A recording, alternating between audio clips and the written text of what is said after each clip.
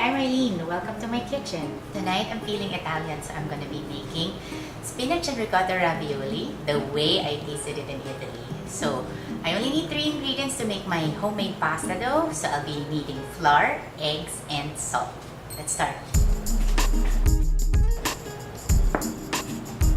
I need 2 cups of flour. Then we will make a well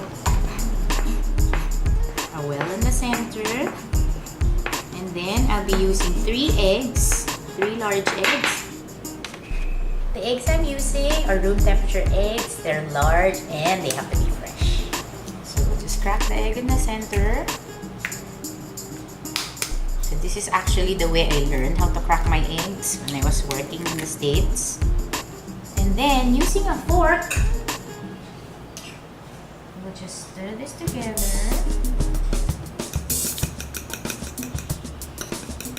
And then gradually, using a spoon from the outside, we'll take in some flour.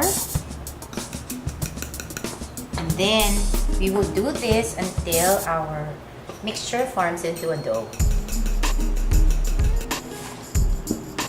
To knead, we will use the heel of our palm to push against the dough like this. And then turn it. We will do this for about 8 minutes until our dough is smooth.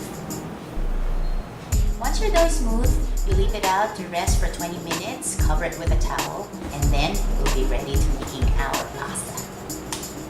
While I'm making my dough rest, I'm going to show you how to make the filling.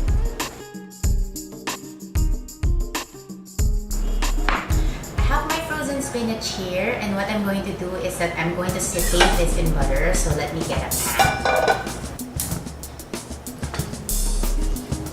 Melt our butter on low heat. So meanwhile, I'm waiting for the butter to melt. I'm going to squeeze out all the juices from my spinach. And then we will roughly chop this before we add it to our butter.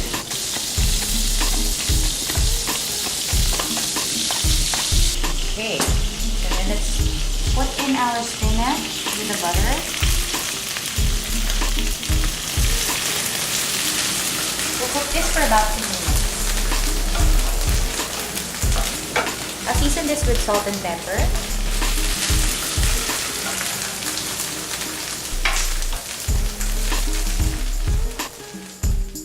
Transfer this to a bowl and let it cool.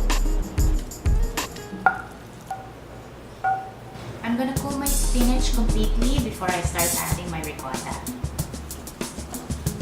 Now I'll add in the ricotta. What is actually an Italian cheese, and it's somewhat like the texture of cream cheese. Together with this ricotta, I'll be adding half a cup of grated Parmesan cheese.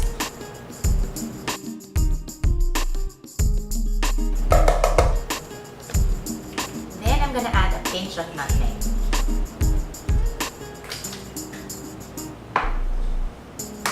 Then 1 egg to bind our filling together, and then stir. Then let's just taste this and see if we still need to season this with salt and pepper. Now that our filling is ready, let's now roll the dough. We need flour on the table and a bench scraper. So what I'll do, I'll dust our table with some flour just to make sure that our dough won't stick to the table. And then now that our dough has softened, you can just flatten it a bit.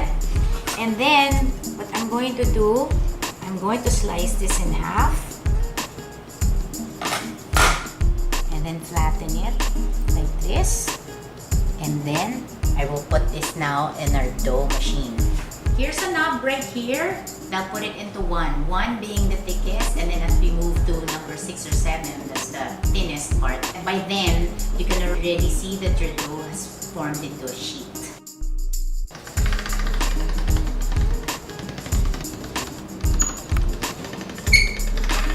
Then we'll dust this this with a little bit of flour. Turn our knob to number 2, and then we'll do the same thing again.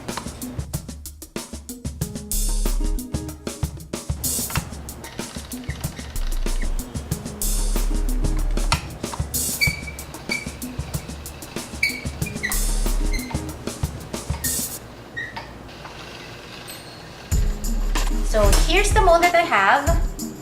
This is a ravioli mold that I bought in Italy. So what we'll do, we'll dust this with flour and then put the sheet over.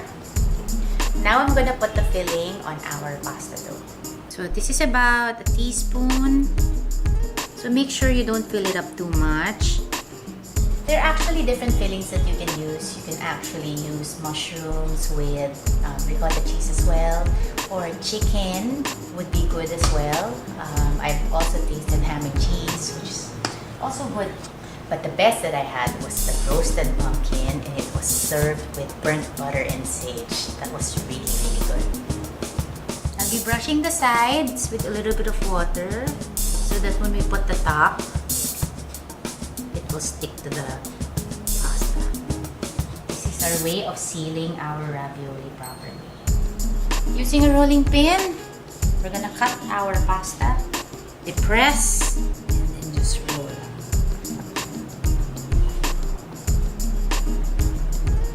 We'll remove the excess dough, and we'll transfer this now to a floured sheet pan. Over. There you go. And this is your ravioli. Next step, tomato sauce. While I'm waiting for my water to boil, I'm preparing my ingredients for my pasta sauce.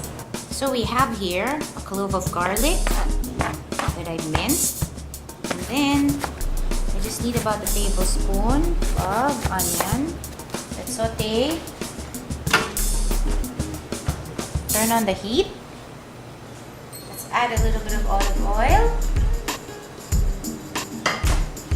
and a little butter. Then my garlic.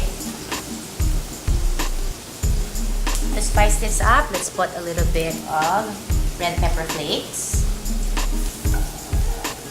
And then let's put some tomato puree.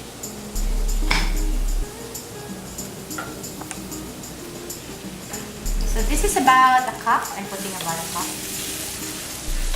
Let's leave this to simmer for about 3 to 5 minutes. So meanwhile, I'm waiting for that. My water has boiled. Let's put some salt and a little bit of oil.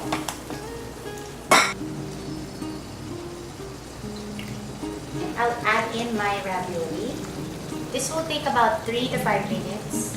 So by the time that our pasta's ready, our tomato sauces are also ready. Okay, my ravioli is almost done. I season my sauce now with salt and pepper. So this is my secret. I'm gonna show you. Let's put a little bit of cream, about 2 tablespoons. Lower the heat and then stir. Okay, and then now let's scoop our ravioli and transfer it to our tomato sauce. So if your tomato sauce becomes too thick, you can add a little bit of pasta water. And then let's stir. Just to make sure that your ravioli gets a little bit of tomato sauce. And then now let's plate this. Sprinkle with chopped basil leaves and a little bit of grated Parmesan cheese.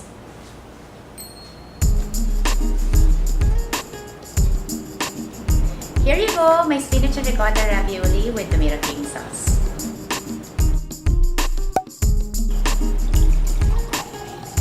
Now I'm ready to have my dinner. Thank you for keeping me company in my kitchen. Buon appetito!